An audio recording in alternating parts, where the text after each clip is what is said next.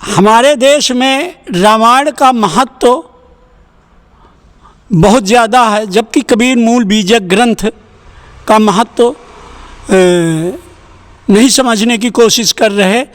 तो रामायण के महत्व में रामचरित मानस या राम के मर्यादा पुरुषोत्तम राम को मानते हैं और उनके चरित्र चित्रण को जीवन में उतारने का प्रयास नहीं करते, बल्कि उसे कथा सुन करके और इधर से कथा सुनते हैं और इधर से निकाल के चले आते हैं।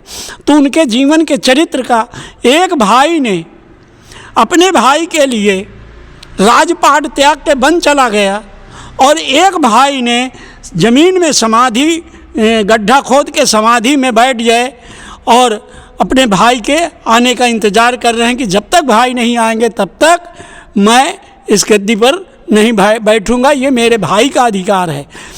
तो इतना बड़ा मतलब रामचरितमानस का रहस्य भी है। और रामचरितमानस एक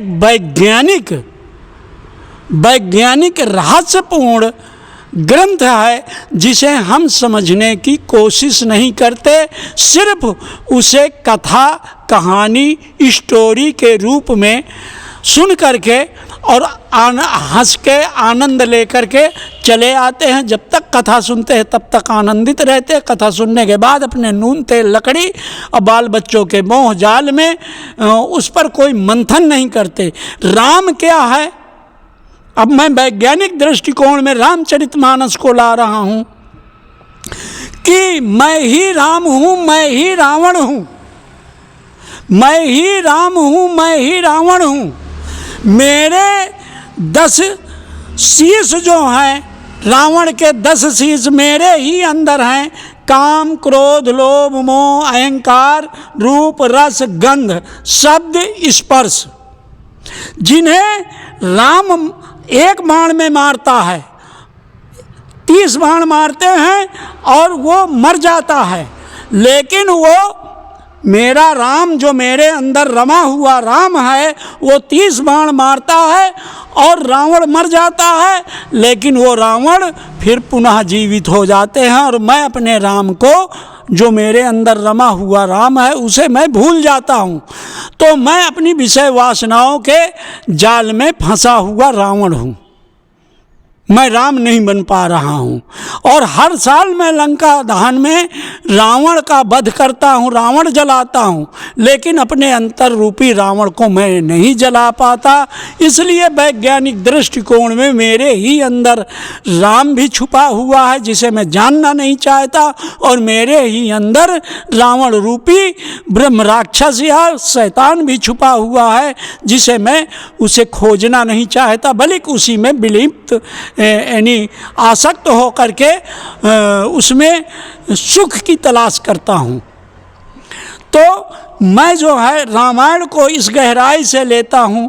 मेरे अंदर एक देवी रूपी इच्छा नारी है, इच्छा रूपी या देवी रूपी इच्छा शक्ति एक नारी है जो इस शरीर का संचालन करती है। और शरीर का संचालन जिसमें भोजन पानी हवा, उसको सब चीज़, इस शरीर को स्वस्थ रखने के लिए सारी चीज़ों की आवश्यकता है, तथा सृष्टि के सृजन के लिए आवश्यकता के लिए काम क्रोध लोभ मोह अहंकार, इन पांचों की भी उसे आवश्यकता है।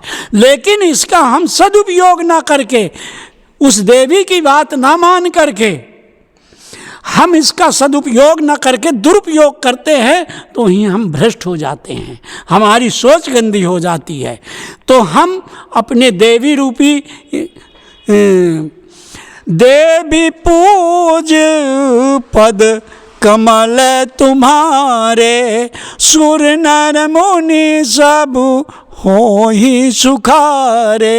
यानी मेरे शरीर के अंदर वो देवी रूपी इच्छा शक्ति है जो सभी चीज़ों को आवश्यकता की पूर्ति करती है, भोजन पानी श्वास क्रिया, और सृष्टि के सृजन में भागीदार बनती है। तो मेरे अंदर जो राम रूपी